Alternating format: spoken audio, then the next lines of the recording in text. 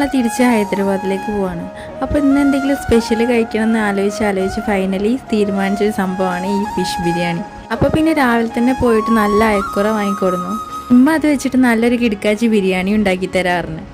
ഇതിൻ്റെ ഇടയിൽ കൂടെ സീക്കുട്ടി കുറച്ച് തൈരൊക്കെ കുടിക്കുന്നുണ്ട്. ആദ്യം തന്നെ മസാല തേച്ച് ഫിഷ് ഒന്ന് പൊരിച്ചെടുത്തു. പിന്നെ അത് അരി തിളപ്പിക്കലിൻ്റെയും മസാല ഉണ്ടാക്കലിൻ്റെയും പരിപാടികൾ തുടങ്ങി.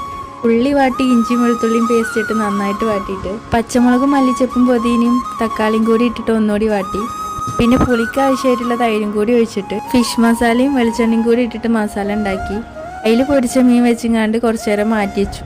എന്നിട്ട് അരി നന്നായിട്ട് തിളപ്പിച്ച് ഊറ്റിയിട്ട് ഇനി ഫൈനൽ പരിപാടി ദമ്മിടലാണ്.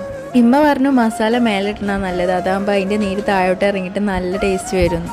ഫൈനലി നമ്മുടെ പരിപാടികളൊക്കെ കഴിഞ്ഞ് കുറച്ച് തീക്കനലും കൂടി കോരിയിട്ട് അതിൻ്റെ മേലിട്ടു. കുക്കിംഗ് പെട്ടെന്ന് കഴിഞ്ഞെങ്കിലും അപാര ടേസ്റ്റ് ചെയ്യുന്നു. അയക്കൂറിൻ്റെ ഫ്ലേവർ കറക്റ്റ് റൈസിന് വന്നിട്ടുണ്ടായിരുന്നു.